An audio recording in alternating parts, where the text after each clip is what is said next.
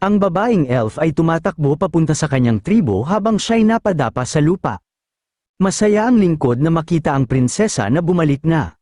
Binaba ng babae ang kanyang kapa at nagsimulang lumapit sa ina ng angkan. Nakita ito ng lingkod na elf at sinubukang pigilan siya, ngunit hindi siya nakinig at sinabing mayroon siyang mahalagang ulat. Pumasok siya sa silid ng ina ng angkan habang sumisigaw na may ulat siya tungkol sa demonisasyon sa silangan ng kagubatan. Ngunit pagpasok niya, nagulat siya sa kanyang nakita niya na kumakain ng ubas ang ina ng angkan sa isang mapanuksong paraan habang maraming lalaking elf ang nagbibigay ng kaligayahan sa kanya. Nakita ng ina ng angkan ang prinsesa at agad na tinanong kung ano ang nangyari. Tinatawag siyang Kasana. Dito natin nalaman na ang ina ng angkan ay ina rin ni Kasana. Agad na humingi ng paumanhin si Kasana sa kanyang pagpasok ng biglaan. Sinabi ni Kasana sa kanyang ina na mayroon pa siyang gagawin kaya aalis na muna siya. Ngunit agad siyang pinigilan ng ina at tinanong kung bakit siya dumating ng ganoon kabilis, at kung mayroon bang mahalagang ipapahayag. Narinig ito ni Kasana at agad na naalala kung bakit siya pumunta sa ina ng angkan. Sinabi niya na may mahalagang ulat siyang ibibigay tungkol sa tribo ng mga goblin sa kagubatan. Ngunit ngumiti lamang ang ina, na hindi maintindihan kung paano ang mahihina, marurumi, at mababang antas na mga goblin ay makakagawa ng isang bagay na mahalaga. Narinig ito ni Kasana at sinimulang ipaliwanag sa ina ng angkan na kaninang umaga ay nakita niya ang isang itim na buhok na higanteng oso na kinagat-kagat sa demonisadong kagubatan, may mga bakas ng labanan at pangangaso sa lugar, at ang paligid ay puno ng mga bakas ng goblin, na tila gawa ng mga goblin sa demonisadong kagubatan. Idinagdag pa niya na ang itim na buhok na higanteng oso ay halos ang pinakamabangis na halimaw sa buong kagubatan. Kaya, sa lohikal na pananaw, imposibleng mapatay ng mga goblin ang isang halimaw ng ganitong antas ng sila lamang. Sinabi pa ni Kasana na nakita niyang pinatay ng isang batang goblin ang matandang pinuno ng tribo ng mga goblin ilang araw na ang nakalipas, kaya marahil ay may kinalaman ang kakaibang kilos ng mga goblin sa kanya.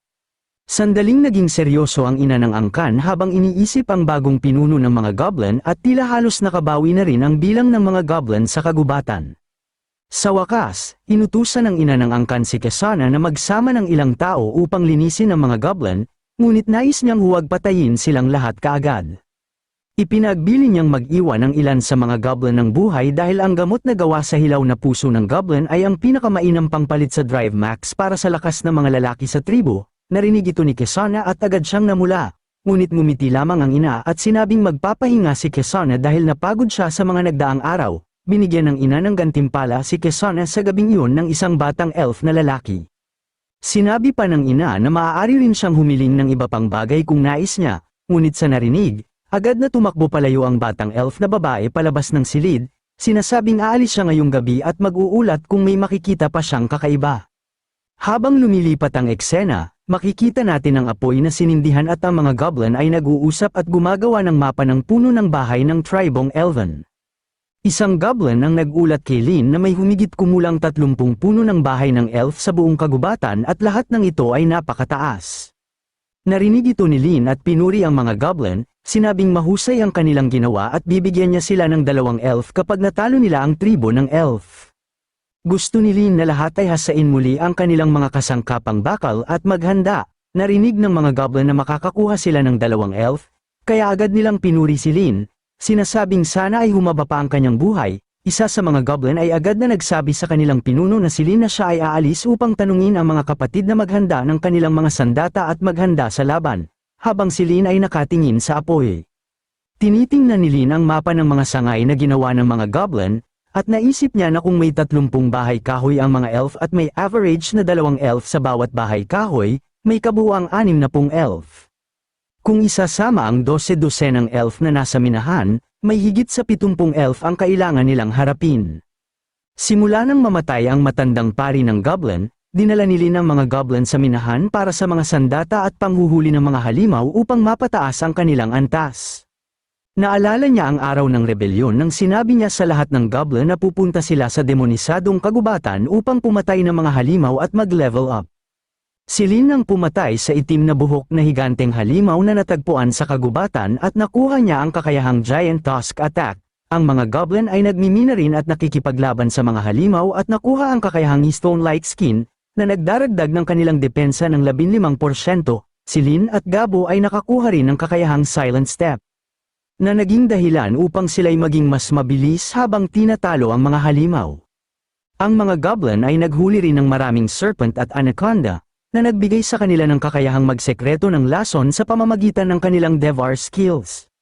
Nakakuha ng maraming kasanayan ng buong tribo, at malaki ang pagbuti ng kanilang pangkalahatang antas. Isa sa mga goblin ay umabot sa level 18, na tinaguri ang Warcraft Killer, na may 231 life points, 29 na strength, at 40 defense. Ang goblin na ito ay may kasanayang kasama ang Jin Devar, Iron-Blooded Wolf Nature, Giant Fangs, Venom Secretion, at marami pang iba. Mayroon din siyang kagamitan tulad ng simpleng bakal na spears at simpleng plate armor. Ang buong tribo ng goblin ay ngayon ay may pinagsamang combat power na 250 bawat isa. Habang alam ni Lin na ang pinagsamang combat power ng bawat elf ay nasa paligid ng 200, napagtanto ito ni Lin, ngumiti siya ng cute, na iniisip na ang pangkalahatang lakas ng kanyang tribo ay lumampas na sa mga elf. Biglang nakatanggap si Lin ng notification na natapos na ang cooldown time ng simulator. Habang iniisip ni Lin na delikado ang kanilang binabalak na pag-atake sa teritoryo ng mga elf, nagpasya siyang mag-ingat. Agad niyang pinaandar ang sistema upang magpatakbo ng isang simulation. Sa wakas, nagsimula na ang Goblin Simulator at itinakda ang kwento sa gabi bago ang raid. Sinabi ng simulation kay Lin na pinangunahan niya ang pinalakas na hukbong goblin upang maglunsad ng lihim na pag-atake sa tribo ng mga elf, at buong tiwala siya na magiging matagumpay ang pag-atake. Ngunit sa hindi inaasahang pangyayari, sila'y inambos ng mga elf, at nahulog ang hukbong goblin sa isang bitag. Ang mga elf ay binaril ang mga goblin hanggang sa mamatay, at pagkatapos ay nahuli sila ng ina ng angkan ng mga elf at isinabad sa kagubatan bilang babala sa lahat ng goblin. Ang kabuuang buod ng simulation ay naisip ni Lin na ito ay isang perpektong plano, ngunit sa katunayan, ito ay nasa ilalim ng kontrol ng mga elf, kaya't nakakuha si Lin ng 0 puntos para sa planong ito at walang natanggap na gantimpala. Nabigla si Lin nang malaman na yun ang magiging katapusan ng kanilang plano, ngunit alam niyang may isang posibilidad lamang para magresulta sa ganoong kalagayan. Agad niyang napagtanto na ang kanilang tribo ay minamanmanan ng mga elf, kaya't nagpasya siyang gamitin ang mga mahusay na pandinig at pang-amoy, at sinimulang siyasatin ang paligid. Alam niyang basta't mag-concentrate siya, makakakita siya ng mga bakas. Biglang may narinig si Lin at tumingin sa kagubatan, nakita niyang may kumikislap na pulang liwanag mula rito. Sa wakas, natagpuan niya ang totoong problema at natuwa siya na nagawa niya yun. Habang lumilipat ang eksena at lumalalim ang gabi, makikita natin ang mga elf na tumatakbo patungo sa kanilang tribo upang iulat sa ina ng angka na ang mga goblin ay talagang nagbabalak na salakayin ang kanilang tribo. Kahit sila'y hindi inaasahan na ang tribo ng goblin ay nagkaroon ng ganitong kalaking pagbabago sa loob lamang ng ilang araw. Biglang, habang tumatalon si Kasana sa mga puno hindi nila namalayan ang mga palaso paparating sa kanila. Sa dami ng dapat tamaan sa babaeng elf, ang kanya pa talagang matatabang pisngi ng kanyang isang puwet. Nagsimula siyang sumigaw sa takot at pagkasuklam. Nang lumipat ang eksena, nakita natin na ang buong grupo ng mga elf ay inambos ng mga goblin. Hindi man lang makaupo at suportahan ni Kasana ang kanyang katawan, habang ang mga goblin ay naglalaway sa kanilang mga bibig nang makita na may babaeng elf sa grupo na mukhang masarap. Gusto ni Kasana na tumayo muli, ngunit tila hindi gumagalaw ang kanyang katawan. Nagtataka siya kung gumamit ba ng lason ang mga goblin sa kanilang mga pana. Ngunit huli na dahil dumating na si Lin, sinimulan ni Lin na pagtawanan si Kasana. Sinasabing hindi niya inasahan na mahuhuli niya ang babaeng elf ng ganoon kadali. Ginawa ni Lin ang isang seryoso at nakakatakot na mukha habang sinasabi niya kay Kasana na dumating siya sa tamang oras. Si Kasana ay nagising sa hindi kilalang likido, ang kanyang basang anyo ay nagpapakita ng kahangahangang mga linya, ang kanyang nakalilitong mga mata ay nagpapahiwatig ng mga masasamang gawain. Ang mga goblin ay nakatingin sa kanya na may mga mapagnasang tingin, hindi may kakaila ang kanilang pagnanasa para sa kanya. Naghihintay ng tamang sandali, hinawakan ni Lamfin si Kasana, kinikilala ang hindi maikakailang kagandahan ng katawan ng elf, na nagpakilig sa mga goblin. Ang pagkuha sa kanya ay magbibigay sa kanila ng pagkakataong talunin ang elf queen. Nakatitig si Kasana sa kanyang nanginginig, sinubukan niyang takutin si Lamfin, tinawag itong duwag. Ipinahayag niya na siya ang prinsesa ng mga elf, tinatanong kung bakit siya dinukot at tinatakot ang kanyang mga tao. Sinabi niya na ang kabaitan ng kanyang ina ay nagbigay ng buhay kay Lampin at sa kanyang mga goblin, sapagkat matagal na silang naubos, binalaan niya siya na kung siya ay manggahas na hawakan siya, ang Goblin Queen ay lilipulin lahat ng goblin doon. Ngunit si Lampin ay ngumiti lamang sa kanyang mga banta, itinapon niya si Kesana sa lupa, tinutokso ang kanyang mga pahayag tungkol sa kabaitan ng Elf Queen, ang mga nakapaligid na goblin ay tumawa rin, na nag-iitso ng kanyang pangungutya. Itinuro ni Lampin ang isang goblin at sinabing ang narinig niya mula sa kanyang tauhan ay sumasalungat sa kwento ni Kesana. Sinabi niyang maaaring mangmang ang kanyang mga tauhan, ngunit hindi sila kailanman nagsisinungaling. Sa takot na titig ni Kesana, inihayag ni Lampin na alam niya ang tunay na layunin niya, ang lipulin ng lahat ng goblin sa kagubatan. Sinabi niyang nais ng Elf Queen na panatilihing buhay ang ilang goblin, hindi dahil sa kabaitan, kundi sa ibang dahilan na hindi niya itatanong. Ipinahayag niya na ngayong gabi, pangungunahan niya ang kanyang tribo upang alamin ang totoo. Iniutos ni Lampin sa mga goblin na magpista sa patay na elf at kunin ang kanilang mga kasanayan. Ang mga simpleng isip na goblin ay nagsigawan sa tuwa habang si Kesana ay nilamon ng takot. Dahil sa pagtataksil ng mga tao, si Lampin ay naging malamig at malupit sa kanyang mga kaaway bilang taktika sa kaligtasan. Tiningnan niya si Kesana na may walang emosyon na ekspresyon at inihayag na siya mismo ang haharap sa kanya. Si Kesana ay natigilan, nakakabigkas lamang ng mahihinang tunog bago sumigaw, isang sigaw na umalingaw-ngaw sa buong kagubatan. Yamete kudasai! Mukhang may ginawa si Lampin na tunay na kasuklam-suklam. Inanunsyo ng sistema na umabot na si Lampin sa antas 30, nakakakuha ng 50 HP, 10 lakas, 10 depensa, at ang mga kasanayang invisibility at night vision.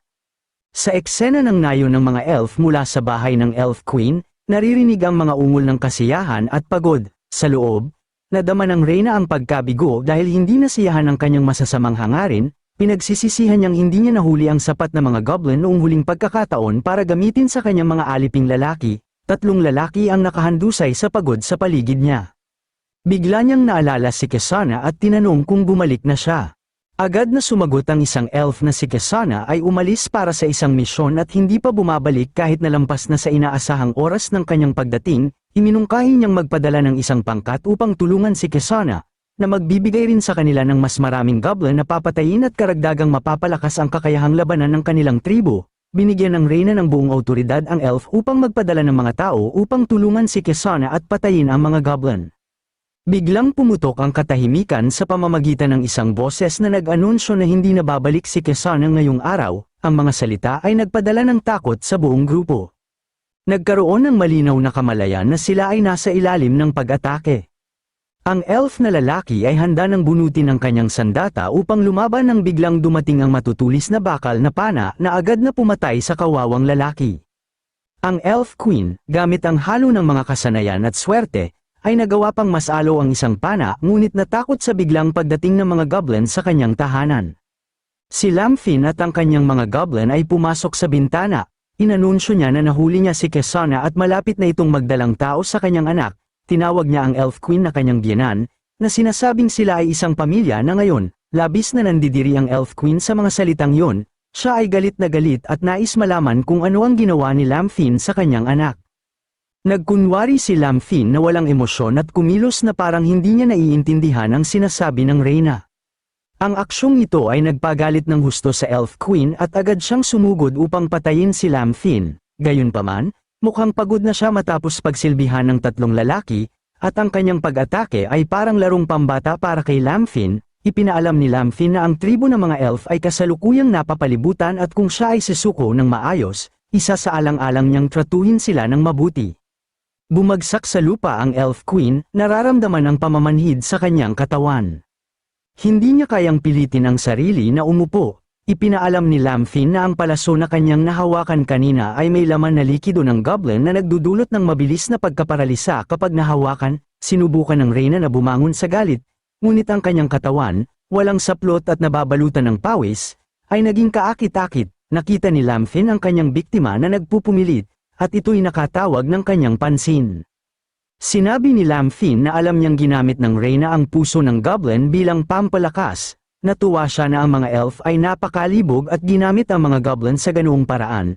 Inisip niya na hindi naisip ng Reyna na darating ang araw na ito.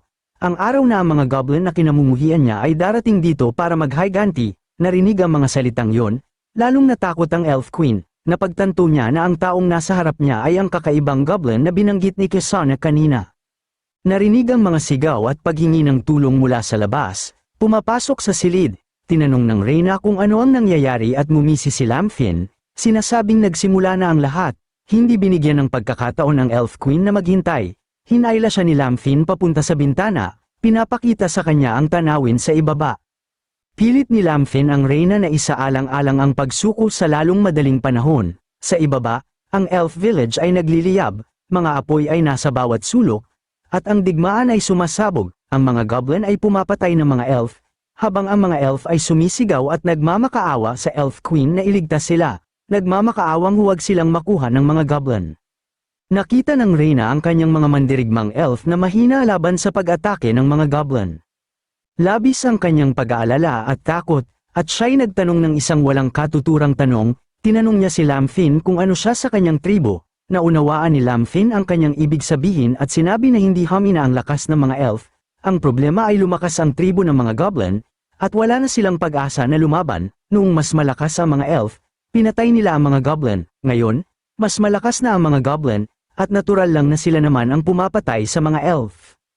Hiniling ni Lamfin sa Reyna na harapin ang katotohanan at gumawa ng mabilis na desisyon upang mabawasan ang pinsala. Lumapit si Lamfin sa Elf Queen at bumulong sa kanyang tainga na kailangan pa niya ng mas makapangyarihang mga mandirigma, kaya't pabubuhayin niya siya. Kung mabubuhay o hindi ang iba pang miyembro ng kanyang tribo ay nakadepende sa kanyang desisyon. Sa labas, patuloy na pinapatay ang mga elf na lalaki habang ang mga babae naman ay kinukuha ng mga goblin na puno ng pagnanasa. Ang barber-ikong tanawin na ito ay tuluyang nagpabagsak sa kayabangan ng Reyna. Siya'y lumuhad at nakiusap kay Lamfin, nangangakong tutuperin lahat ng kanyang mga hinihingi basta't huwag lang patayin ang kanyang anak. Umupo ang Reyna at ipinakita ang kanyang karangyan, ang kanyang mabilog na prutas ay nakalitaw sa mapang-akit na paraan. Siniguro niya kay Lamfin na isasama niya ang kanyang anak at magbibigay ng mga anak para sa kanya. Sa nakaraang episode, pinangunahan ni Lamfin ang kanyang hukbo ng mga goblin upang salakayin ang tribo ng mga duwende, at naging matagumpay ang pag-atake. Ngayon ay sumapit na ang umaga sa tribo ng mga goblin, mataas ang langit at puno ng sikat ng araw. Ang tanawin ay sobrang ganda, nagkita sina Kisana at ang Reyna ng mga duwende. Masaya si Kisana na muling makita ang kanyang ina, ngunit siya ngayon ay bihag na at wala ng pag-asa para sa kanilang kinabukasan. Niyakap ng Reyna ng mga duwende ang kanyang anak at humingi ng tawad sa pagbaliwala niya sa mga goblin. Hindi niya inasahan na malalampasan ng lakas ng mga goblin ang mga duwende ng ganito. Sa kasalukuyan, tanging mga babae at bata na lamang ang natitira sa tribo ng mga duwende. Wala na silang kakayahan na ipagtanggol ang kanilang sarili at protektahan ang kanilang lahi. Sa labas, ang mga magagandang dalaga ng mga duwende ay naalipan na ng mga goblin at malupit silang ginagamit bilang mga kasangkapan sa pagpaparami. Labis na nasasaktan ang Reyna ng mga duwende sa tagpong ito. Napagtanto ng Reyna na sila ay naging mga alipin na at mula ngayon, maaari na lamang silang magpatuloy na mabuhay sa tribo ng mga goblin. Hiniling niya kay Kisana na huwag mawalan ng pag-asa. Lumitaw si Lamfin sa tabi ng bilangguan.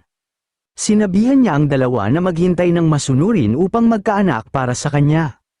Bibigyan niya sila ng sapat na pagkain kung sila'y susunod. Ngunit kung sila'y gagawa ng gulo, papatayin niya sila ng walang awa.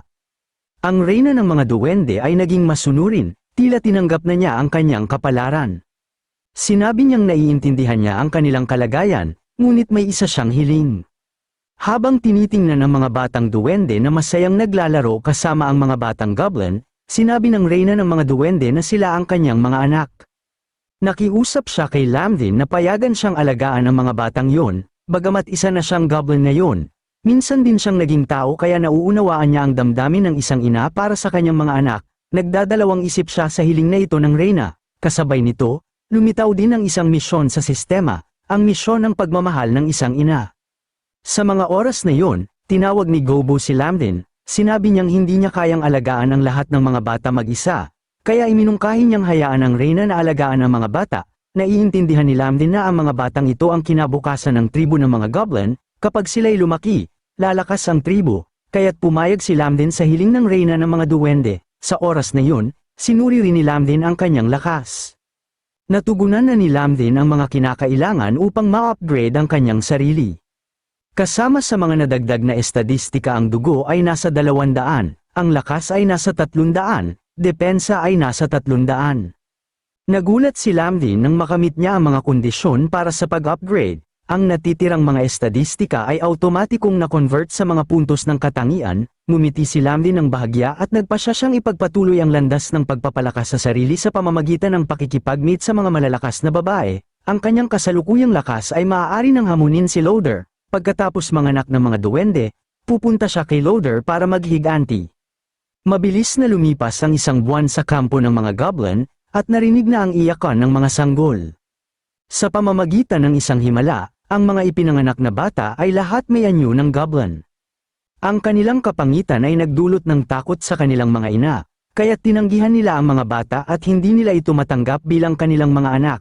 Pero ayos lang, dahil ang mga goblin ay mga nilalang na may superior na sigla. Nais malaman ni Lamden kung ilan ang ipinanganak na mga bata. Nagbilang si Gobo at pagkatapos ng sandali, sinabi niya na may humigit kumulang 30 hanggang 40 na mga bata. Bigla namang naputol ang kanilang pag-uusap nang lumitaw ang isang sigaw ni Kesana.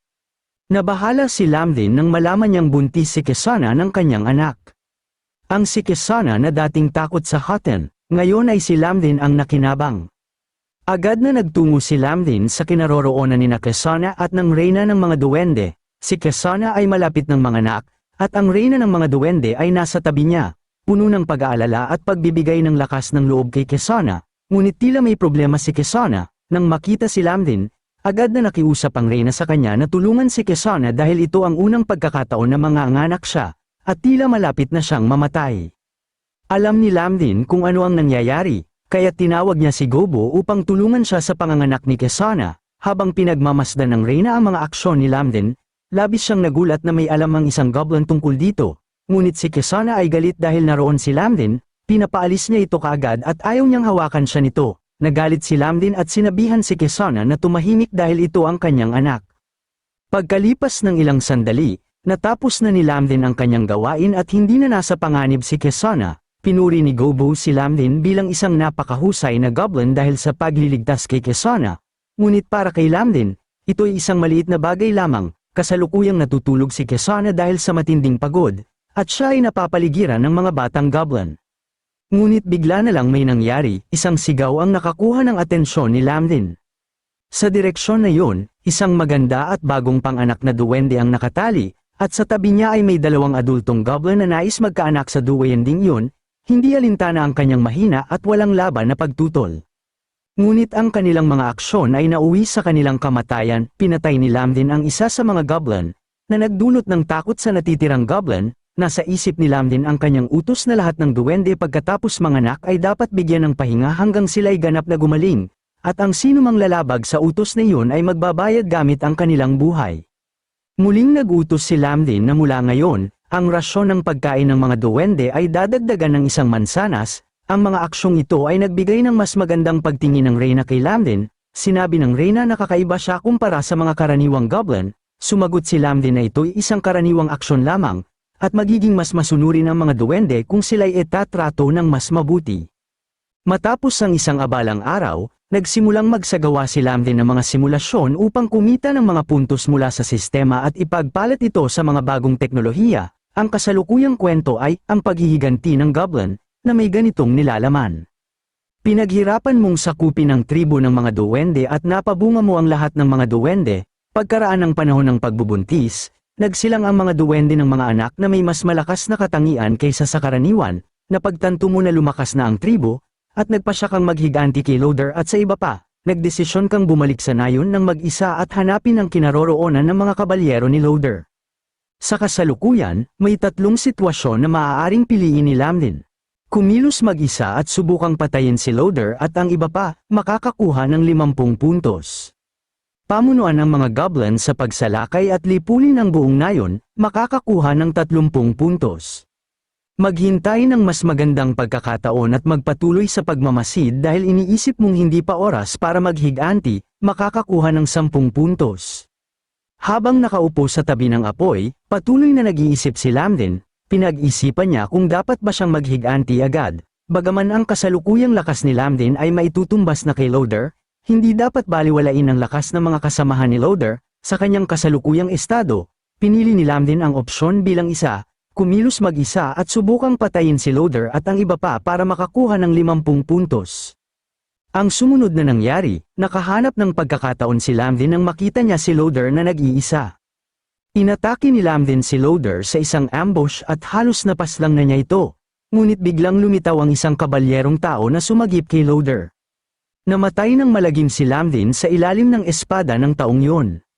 Pagkatapos nito, bumalik ang grupo ni Loader sa kabisera at hindi na muling nakita. Agad na natapos ang proseso ng simulasyon, isang malagim na kabiguan, nakatagpo niya ang isang banal na gabi, Holy Night, walang pagkakataon para makatakas, nakatanggap ng 30 puntos mula sa 100 puntos, at ang gantimpala ay pinarami ng 30 life points. Ang simulasyon ay nakabase sa Imperial City, at ang susunod na pagkakataon ay matapos ang 9 na araw. Nabigla si Lamden nang malaman niyang mayroong banal na gabi sa ganoong liblib na lugar at ang grupo ni Loader ay aalis ng nayon at hindi na babalik, kaya't napakahirap hanapin sila para sa paghihiganti. Ang galit ay tuluyan ng bumalot sa isipan ni Lamden, alam niyang wala na siyang maraming oras, kaya nais niyang makaganti agad, nagpasya siyang pumunta sa teritoryo ng mga tao, sa kasalukuyan, sa tribo ng mga goblin, bukod sa kanya, si Gobo ang pinakapinakikinggan ng ibang mga goblin. Nagpasya si Lamden na italaga si Gobo bilang tagapamahala ng tribo para sa ilang araw. Iniisip ng reyna ng mga duwende na ito'y isang kabaliwan. Kung pupunta si Lamden sa teritoryo ng mga tao at matuklasan siya, tiyak na siya'y aarestuhin at papatayin. Ngunit hindi alintana ni Lamden ang panganib. Sinabi niya na may matindi siyang galit laban sa mga tao at kailangan niyang maghiganti. Bago siya umalis, nag-alok ang reyna ng mga duwende na tulungan si Lamden sa pamamagitan ng paggamit ng mahika ng invisibility upang hindi siya matuklasan ng mga tao. Tumawa ng mahina si Lamden, ito nga ang gusto niya. Sinabi ni Lamden na hindi niya inaasahan na aalagaan ng reyna ang kanyang kaligtasan ng ganito. Ginamit ng reyna ang kanyang mahika at sinabi na natatakot lang siya na kapag namatay si Lamden, ang ibang mga goblin ay maghihimagsik at malupit na ituturing ang mga duwende, lalo na ang kanyang mga anak na naroroon lahat. Tanging kapag ligtas na nakabalik si Lamden, magiging ligtas din sila. Para kay Lamden, ang reyna ng mga duwende ay isang tusong nilalang na marunong makibagay upang mabuhay. Ilang sandali pa, sa loob ng mga pader ng Bright Town, ang mga sundalo ay nagpapatrol ng mahigpit na formation, na nagpagulo sa ilan sa mga taga-nayon at marahil ay nagdulot ng kaba, dahil hindi ito normal. Parang may nangyaring mahalaga, pati si Lintian, na nagtatago sa mga anino, ay napansin kung gaano kahigpit bigla ang mga sundalo. Ang tanging dahilan na maisip niya ay ang pagdating ng isang mahalagang tao sa bayan, marahil ang Sword Saint. Gayunpaman, kahit gaano pa siya nagsikap mang-alap ng impormasyon, wala siyang narinig tungkol sa santo, na sa tingin niya ay labis na kakaiba. Habang patuloy siyang gumagala sa lungsod, napadpad siya sa gitna ng bayan, kung saan napansin niya ang isang grupo ng mga adventurer na nagtitipon sa isang lugar. Naging mausisa siya at lumapit, at nakita niyang lahat sila ay nakatuon sa nakadisplay sa isang malaking pisara. Sa masusing pag-inspeksyon, napagtanto niya na ito pala ang kabuuang ranggo ng mga adventurer na kasalukuyang nasa Bright Town. Laking gulat niya nang makita na si Loader ay nasa tuktok na at ngayon ay nangunguna. Mukhang lumakas si Loader, na lalo pang nagpersige kay Lintian. Alam niyang hindi na siya dapat mag-aksaya ng oras. Kailangan niyang magpursige at gamitin ng tama ang kanyang oras para makakalap ng mga pahiwatig. Alam niyang kung hindi niya ito gagawin, maaaring mabigo ang kanyang plano ng paghihiganti. Ilang araw ang lumipas habang patuloy na naggagala si Lintian sa lungsod upang maghanap ng mga pahiwatig, isang hindi inaasahang pagkakataon ang nagpakita ng sarili nito. Bigla niyang narinig ang malakas na boses ni Loader mula sa isang kalapit na bar. Masayang iniimbitahan ang kanyang mga tauhan na uminom hanggang gusto nila dahil siya ang taya sa araw na iyon. Agad na huminto si Lintian, at unti-unting lumitaw ang ngiti sa kanyang mukha. Walang mas mabuting paraan upang makakalap ng pahiwatig mula kay Loader kundi direkta sa kanya mismo, kaya't walang pag-aalinlangan, pumasok siya sa bar, at tulad ng inaasahan, natagpuan niya si Loader sa gitna, malayang umiinom at walang iniintindi. Mukhang ito ay dahil sa kanilang matagumpay na ekspedisyon, kung saan nakapatay sila ng isang 4 na braong unggoy, at ito'y sa tulong ni Loader, kaya't nasa mataas na espiritu ang grupo. Ngunit tulad ng karaniwan sa maraming alak at yabang, isang pagtatalo ang sumiklab sa kanila tungkol sa kung sino ang pinakamalakas sa kanilang grupo. Natagpuan nila itong nakakatawa, kaya't nagpatuloy lang sila sa pag-inom at panunood ng pagtatalo. Ngunit hindi pinahintulutan ng may-ari ng bar na magpatuloy ang kaguluhan, dahil nais niyang mapanatili ang kanyang mga kasangkapan. Bago pa mag-init ang ulo ng mga lasing, mabilis siyang nakialam, at inilipat ang usapan sa seryosong problema na kinakaharap ng kanilang nayon. Binanggit niya na ang mga dragon mula sa Dragon Island ay pumasok na sa panahon ng kanilang pagpaparami at nagsisimula ng mangidnap ng mga alagang hayop at umatake ng mga tao nang walang pinipili. Kaya't kung may kakayahan ang mga adventurer, mas mabuti pang ituon nila ang kanilang atensyon sa pagpatay sa mga dragon kaysa magdulot ng gulo sa kanyang bar, dahil kung aatakihin ng mga dragon ang kanilang bayan, hindi makakapagpadala ng tulong ang hari sa tamang oras, ngunit kahit na magsama-sama ang mga adventurer ng bayan, hindi pa rin nila kakayaning labanan ng grupo ng masamang dragon, kaya't tila ang kadiliman ay papalapit na sa bayan ng liwanag. Agad na napatigil ang mga adventurer sa balitang ito, na nagpakita ng kabigatan ng kanilang sitwasyon, samantala, sa wakas ay nakahanap si Lintian ng mahalagang impormasyon, ngunit sa paglaki ng katahimikan, nagpasya si Loader na wala nang silbi pang magtago ng mga sekreto. At kaya't ibinunyag ni Loader sa lahat na ang Sword Saint ay papunta na habang sila'y nag-uusap, at pinatunayan niya ang kanyang pahayag sa pamamagitan ng pagpapaliwanag na ang Sword Saint ay dati niyang guro. Kapag dumating ang Sword Saint at makipag-alyansa sa kanila upang patayin ang mga dragon, hindi nakakailanganin pa ng kabisera na magpadala ng mga tropa, at kapag natapos na ang usapin, babalik ang grupo ni Loader sa kabisera kasama ang Sword Saint. Ang revelasyong ito ay agad na nagpaalab ng pag-asa sa mga mata ng mga adventurer. Kung totoo ang sinabi ni Loader, wala silang dapat ikatakot. Ang katotohanan si Loader, na kanilang kinalaban at nakasama, ay disipulo pala ng isang santo ay labis na ikinagulat nila. Ibig sabihin, si Loader ay nakatakdang maging isang bayani na nagmula sa Bright Town, na lalo pang nagdagdag sa kanilang kasiyahan at paghanga. Ngayon na lahat ng bagay ay nalantad na, ginunita ni Loader ang revelasyon sa pamamagitan ng pangako na lahat ng kanilang inumin sa araw na iyon ay siya ang taya. Idineklara rin niya na ito ay isang advance na pagdiriwang para sa kanilang hinaharap na tagumpay sa pagpatay sa dragon. Dahil dito, ang mga adventurer, puno ng bagong sigla, ay nagumpisang uminom ng masaya at walang inaalala. Ngunit napansin ni Loader ang isang tao na sa halip na makisali sa kasiyahan, ay tahimik na nagpa siya na umalis ng maaga. Bago pa man makalabas ang estranghero, tinawag siya ni Loader, iniimbitahan siyang manatili at ipinaalala na libre ang lahat ng inumin. Ngunit tumanggi lamang ang misteryosong individual na may ngiti at sinabing magkakaroon pa naman ng maraming pagkakataon sa hinaharap, kaya't hindi sila kailangang magmadali. Sa sandaling yun, dapat ay napagtanto na ni Loader at ng iba pa na ang taong ito ay hindi tao, ngunit napakalakas ng mahika ng ina ng mga elf, kaya't walang ordinaryong tao ang makakakita sa kanyang tunay na anyo. Bilang resulta, binaliwala lamang siya ni Loader bilang isang kakaibang tao na ayaw makinabang sa libreng inumin. Ilang araw pagkatapos nito, umalingaw-ngaw ang malalakas na sigawan sa Bright Town habang sabik na naghihintay ang mga tagabayan sa pagdating ng Sword Saint, umaasang magdala siya ng pagpapala sa kanilang lugar. Samantala, ang Sword Saint naman ay abala sa kanyang sarili, malalim na nakalubog sa panalangin, umaasang pagpalain ang kanyang mga darating na pakikipagsapalaran. Ngunit ang kanyang sandali ng pagninilay-nilay ay biglang naantala ng kanyang disipulo na nagulat tungkol sa mga aktibidad ng mga dragon at kung paano sila palapit ng palapit sa bayan araw-araw, marahil ay naghahanda para sa isang nalalapit na pag-atake. Agad itong nagudyok sa Sword Saint na tumayo at tanungin si Loader kung natapos na ba niya ang gawain na iniatas sa kanya. Kinumpirma naman ni Loader na natapos na nga niya ito, at 10 dragon hunting crossbows ang nagawa ayon sa eksaktong mga guhit ng Sword Saint, at ang mga ito'y naipwesto na sa iba't ibang mataas na bahagi ng bayan. Gayunpaman, naramdaman ng Sword Saint ang pangangailangang paalalahanan siya tungkol sa kahalagahan ng maingat na pag-deploy ng mga ito at hindi pabaya, dahil kung hindi tamang mailalagay ang mga crossbows, wala ni isa sa kanila ang makakapagtanggol laban sa mga dragon, at magiging kahihiyan ito sa kanyang pangalan. Ngunit paglabas ng Sword Saint, laking gulat niya nang makita ang isang malaking grupo ng mga tao na nagtitipon pa rin sa town square, nag-cheer para sa kanya, na para bang walang malubhang panganib na nagbabanta. Kaya't agad niyang iniutos kay Loader na lumikas sa mga tao, yumuko si Loader bilang tanda ng pag-unawa, habang tumutulo ang pawis sa kanyang noo nang marealize niya ang malubhang pagkukulang na kanyang nagawa, isang pagkakamali na nagpaalala sa kanya ng kanyang kawalan ng kakayahan.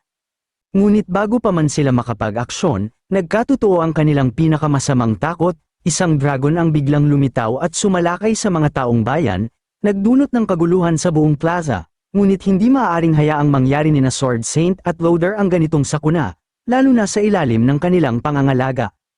At hindi rin nila maaaring hayaang makatakas ang dragon na ito dahil isa itong espesyal na uri, isang scout dragon, ang presensya nito ay tiyak na makakaakit ng mas mapanganib pang mga dragon, kaya't walang pag-aalinlangan, iniutos ng Sword Saint kay Loader na tipunin ang kanyang mga tauhan at sundan siya patungo sa pader upang pigilan ang isang ganap na kalamidad.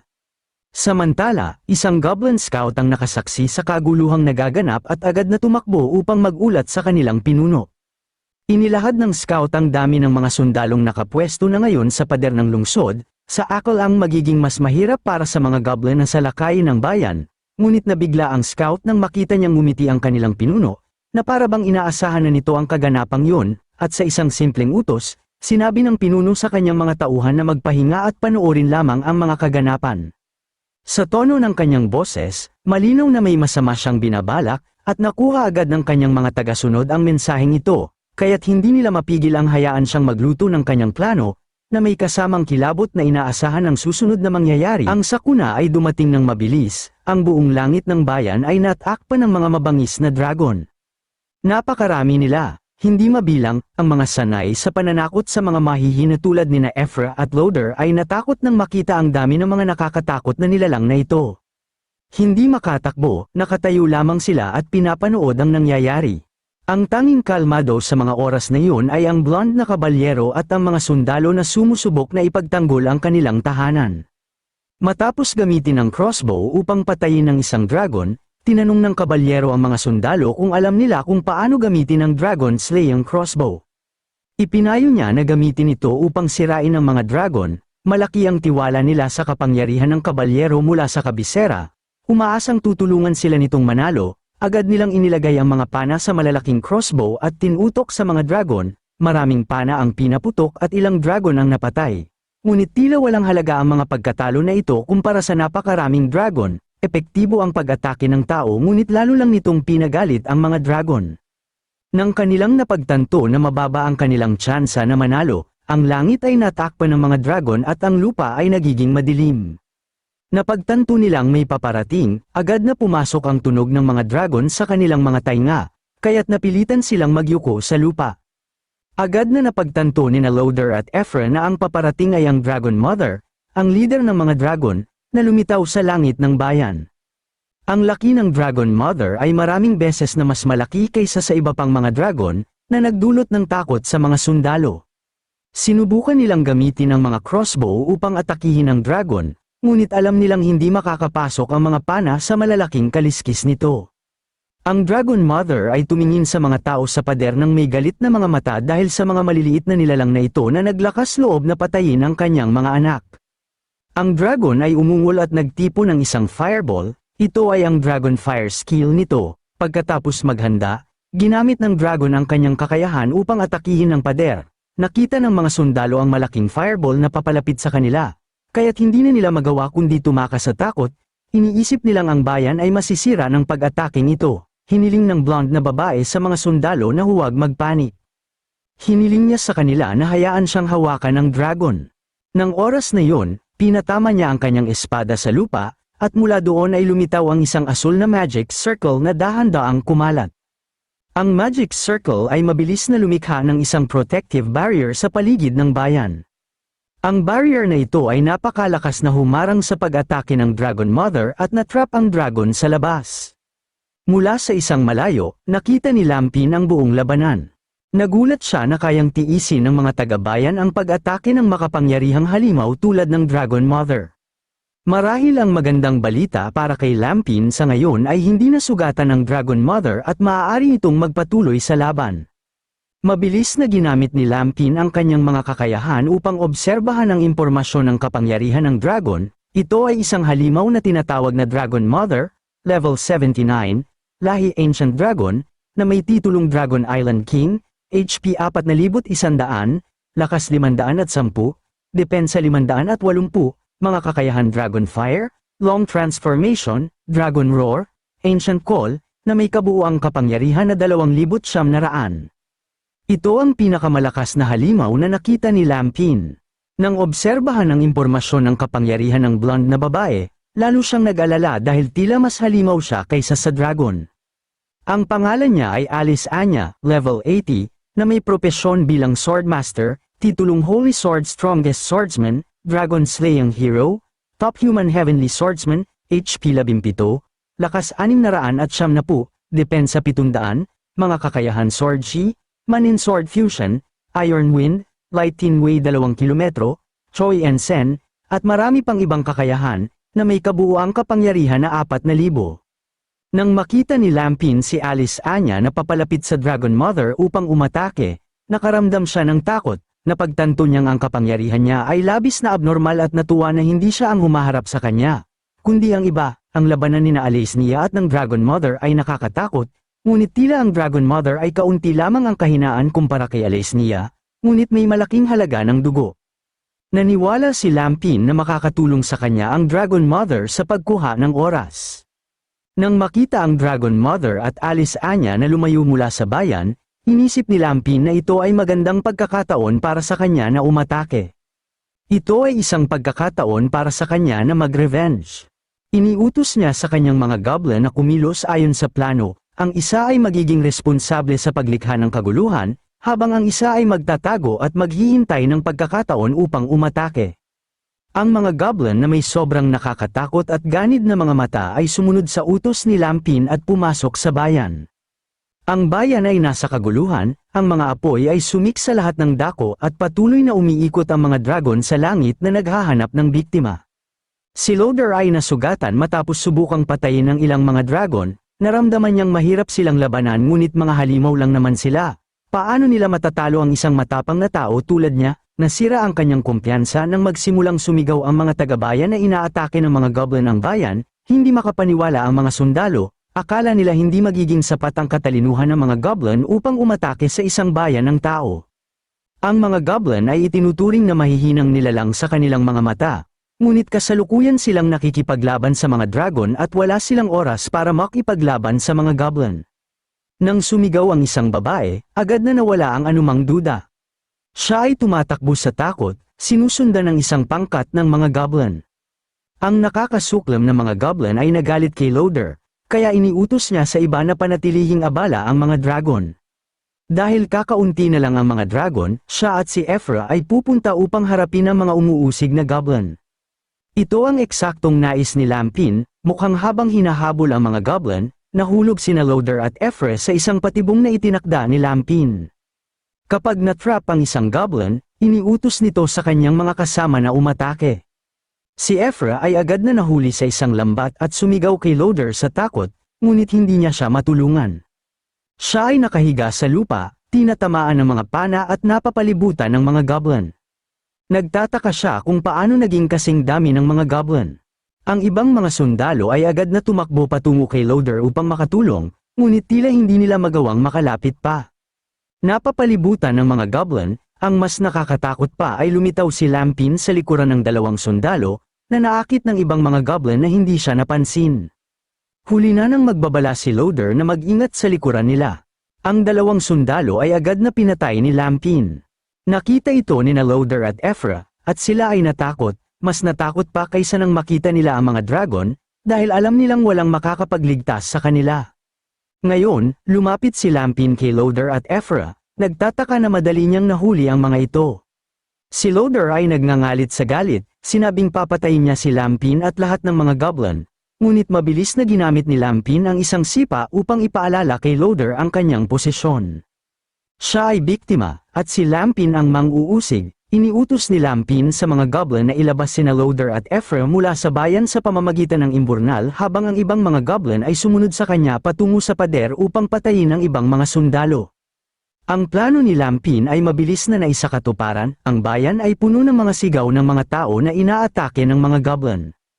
Ito ay nakakuha ng pansin ni Alice Anya at hindi niya maintindihan kung ano ang nangyayari, bakit magtatangkang umatake ng mga goblin sa ganitong oras. ngunit ang pagkaabala ni Alice Anya ay may kapalit. Ang Dragon Mother ay nagbago ng kanyang katawan ng dragon sa isang nakakaakit at nakakatakot na babae, na nagsabi kay Alice Anya na dapat niyang mag-focus at wala siyang oras para mag-alala sa iba. Matapos mag-transform sa anyong kalahating tao, kalahating dragon, naging mas mabilis ang ina ng mga dragon dahil sa kanyang nabawasang sukat, siya'y sumugod kay Alice Anya, nakatutok ang isang malakas na kamao sa kanya, ngunit si Alice Anya ay hindi na bahala sa atake, kalmadong nanatili sa kanyang pwesto habang sumusugod ang ina ng mga dragon.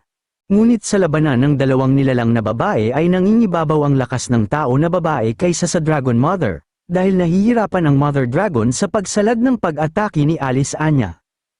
Gaano pa katagal mo kayang tiisin ang parusang ito? Mayabang na tanong ni Alice Anya habang pinakawalan ng isang makapangyarihang advanced skill.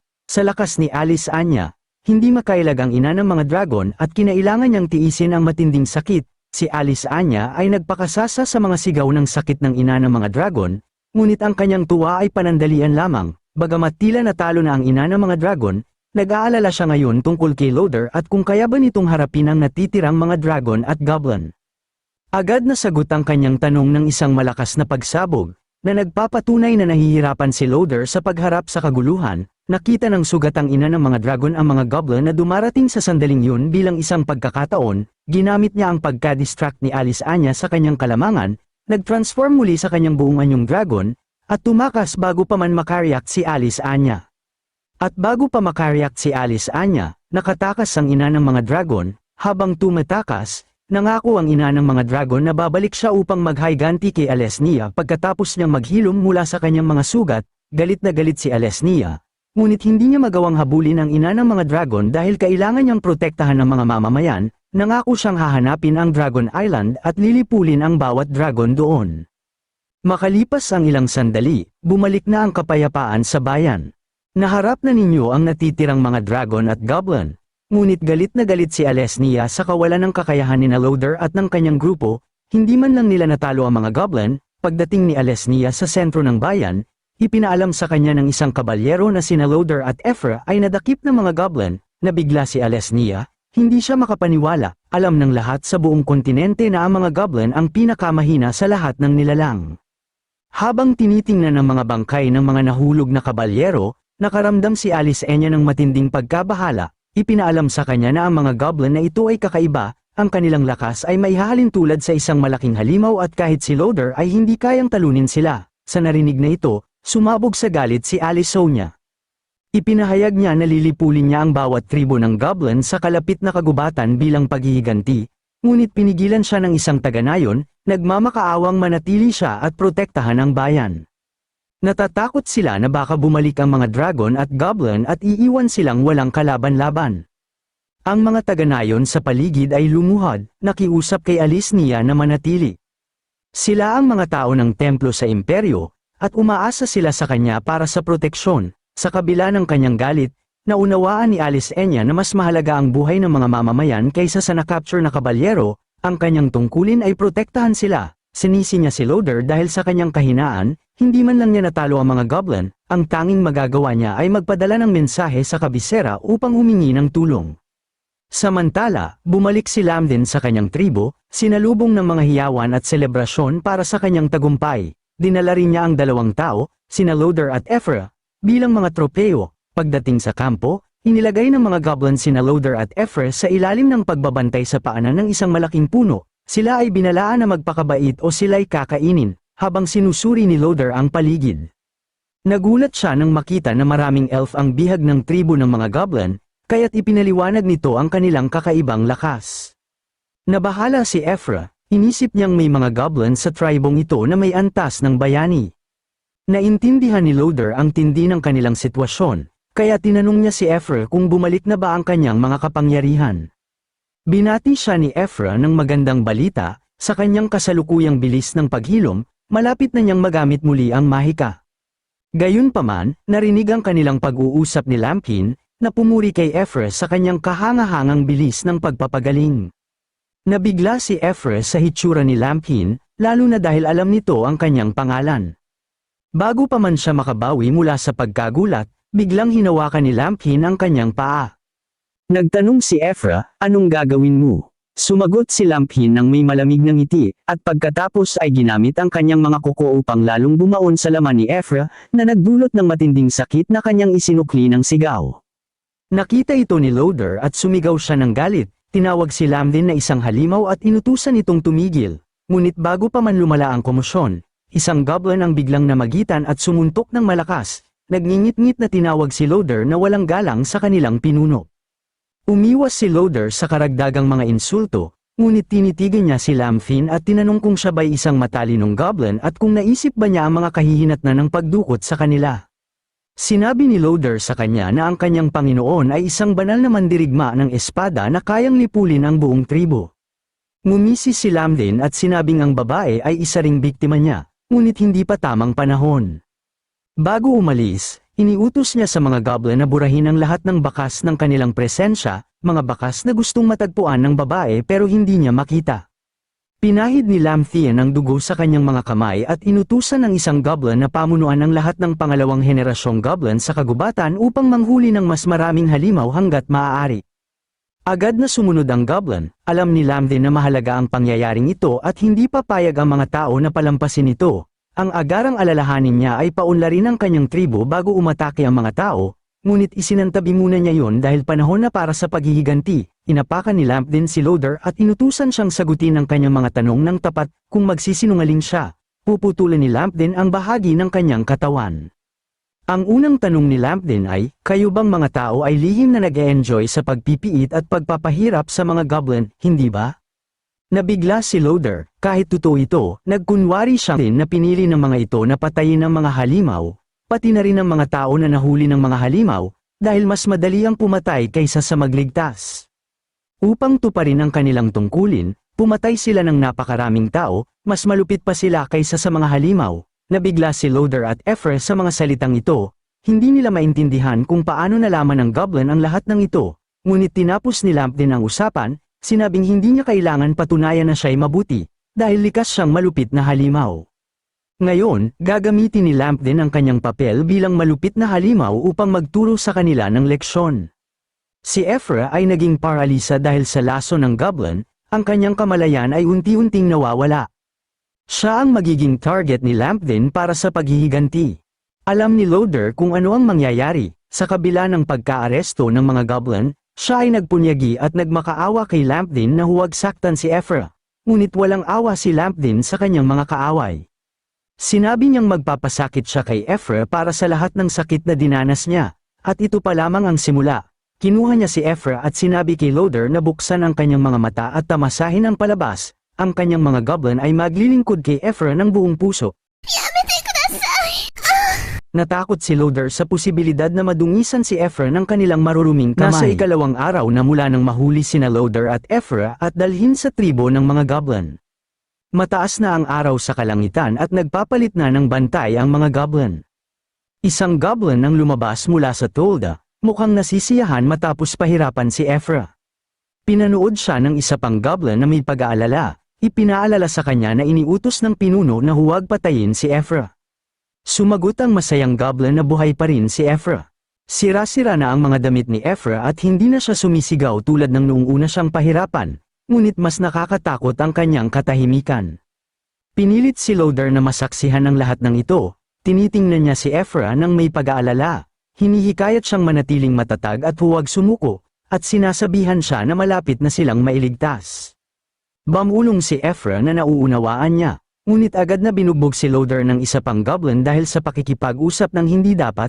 May isa pang goblin na lumapit para pahirapan muli si Ephra sa loob ng tolda, na hinahanda ang kanyang batuta para kay Ephra.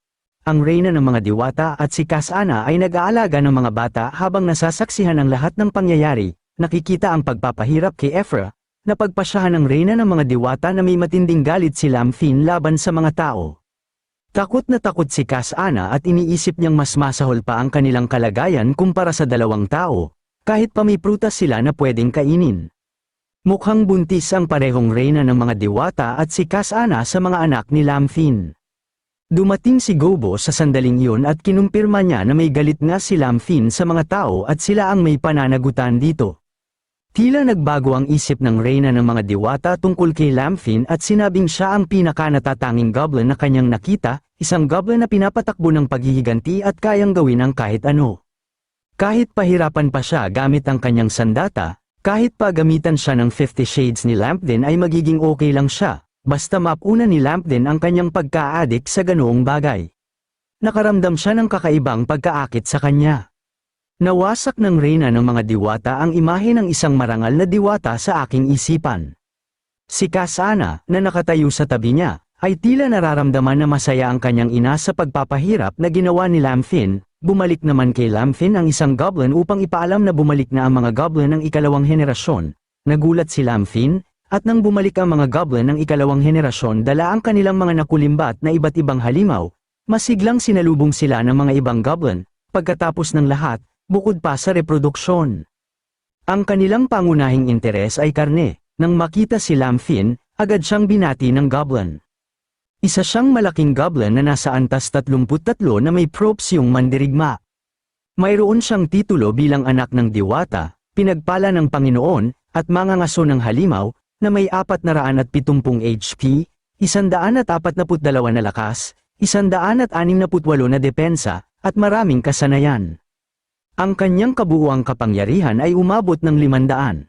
Nasiyahan si Lamfin sa mga goblin ng ikalawang henerasyon.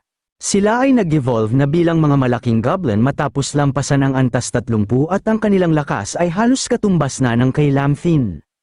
Tinanong ni Lamfin kung bakit maaga silang bumalik at kung naging matagumpay ang pangangaso. Iniulat ng goblin na nahuli nila ang lahat ng malapit na halimaw at kinailangan nilang maglakbay ng mas malayo sa kanluran ng kagubatan. Ngunit nakatagpo nila ang isang tribo ng mga higanteng goblin na pumapatay sa mas maliliit na tribo ng goblin. Nagulat si Lamfin, ito ang unang pagkakataon na narinig niya ang tungkol sa lahi ng higanteng goblin. Alam niya lang noon ang mga demi-humans bilang pinakamalapit sa mga goblin sa laki. Isa pang goblin ang nagbigay alam kay Lamfin tungkol sa tribong ito, sila ay ang tribo ng dagwang ngipin. Lahat sila ay mga higanteng goblin. Sa isang naunang pangangaso, natuklasan ng goblin ang isang tribo na inaatake ng mga higanteng goblin at ang eksena ay nakakatakot. Habang iniisip ni Lamfin ang mga malaking goblin, hindi siya nakakaramdam ng pangamba kundi ng kasiyahan. Kung makuha niya ang kanilang pinuno at makalikha ng ikatlong henerasyon ng mga goblin, magkakaroon sila ng sapat na lakas para labanan ang pananakop ng mga tao. Narinig ni Loader ang mga sinabi ni Lamfin at tumawa ng mapanukso. Sinabi niya kay Lamfin na mangarap na lang siya, ang kamatayan niya ay papalapit na. Dagdag pa niya, kahit pa lumakas ang mga goblin, tatalunin sila ng mga kabalyero. Tinitigan ni Lamfin si Loader ng nakakatakot, nagpasalamat siya sa paalala at sinabing nakalimutan niyang naroon si Loader. Bilang gantimpala, pinayagan ni Lamfin ang ibang goblin na maglaro kay Loader, ngunit iniutos niyang huwag itong patayin. Agad na sumugod ang mga goblin kay Loader na parang gutom na gutom, tila may kakaibang pagnanasa sila sa mga tao, kahit na sa mga lalaki, habang nag-e-enjoy ang mga goblin, sumisigaw si Loader sa desperasyon. Sinusumpa niya ang mga goblin at binabantaan silang darating ang mga tao at sisirain ang kanilang wretched na tribo, pero ang lahat ng butas sa kanya ay may lalong nabigyan ng pansin kaya alam na ninyo kung ano ang ginawa sa kanya. Tahimik pa rin si Ephra, nakayuko habang pinapanood ang lahat ng nangyayari habang nakatuwad si Loader. Marahil natutunan na niyang manahimik, ilang oras ang lumipas, nakahandusay si Loader sa lupa, walang malay. Makikita sa kanyang mukha ang sakit na kanyang tiniis. Kinumpirma ito ni Lamfin, sinabi niya na gusto nilang mabuhay kaya kailangan nilang maging pinakamalakas. Hindi lang niya nais na atakihin ang tribo kundi nais din niyang makuha ang kanilang pinuno. Pinagdesisyonan na ni Lamfin ang pangalan para sa kanyang tribo. Mula ngayon, tatawagin silang tribo ng mahilig sa babae. Mukhang angkop ang pangalan sa katangian ng mga goblin, sumigaw sila sa tuwa nang magkaroon sila ng opisyal na pangalan. Nakaramdam ng pangamba si Gobo sa desisyon ni Lamfin, binalaan niya ito na ang mga goblin ng dagwang ngipin ay napakalakas at marami na silang sinirang ibang tribo, mahirap silang atakihin at hulihin ang kanilang pinuno. Sinabi ni Lamfin kay Gobo na huwag mag-alala dahil alam niyang mabuti ang kanilang kasalukuyang lakas. Tinitignan ni Lamfin si Ephra na parang may ideya siyang gamitin siya sa digmaan bago magsimula ang labanan. Bumisita muna si Lamfin sa tribo ng Dagwang Ngipin upang mangalap ng impormasyon. Pinili niya ang isang angkop na lugar upang masubaybayan ang buong lugar at interesado siyang malaman ang lakas ng mga higanteng goblin na ito. Ang tribo ng Dagwang Ngipin ay may mga bahay na may modernong arkitektura na nagpapakita ng katalinuhan ng mga goblin na ito. Sa loob, maraming higanteng goblin ang kumakain at umiinom, ngunit iniisip ni Lamfin na madali niya silang matatalo. Napansin ni Lamfin ang takot sa mga mata ng mga goblin sa loob ng bahay, natatakot sila kapag nakita ang kanilang pinuno. Isa itong higanteng goblin na mas malaki kaysa sa iba. Ang goblin ay nasa antas 50 na may props yung mataas na antas ng mandirigma, mayroon siyang mga titulo tulad ng mangangaso ng halimaw, bayaning goblin, at makina sa pagbasa, na may 700 HP, 239 na lakas, at 14 na depensa. May dala siyang pamalong gawa sa buto at ang kanyang kabuuang kapangyarihan ay umabot ng 900. Nasiyahan si Lamfin sa pagkakita sa isang napakalakas na goblin at may plano na agad para sa kanya sa hinaharap. May isang kaganapan na hindi pinakita sa kwento, kung saan makikita dito si Ephra ay parang aso na sumusunod na kay Lamfin at gagawin niya ang mga utos ni Lamfin dahil siguro ito ay nasarapan sa ginawa ni Lamfin sa kanya.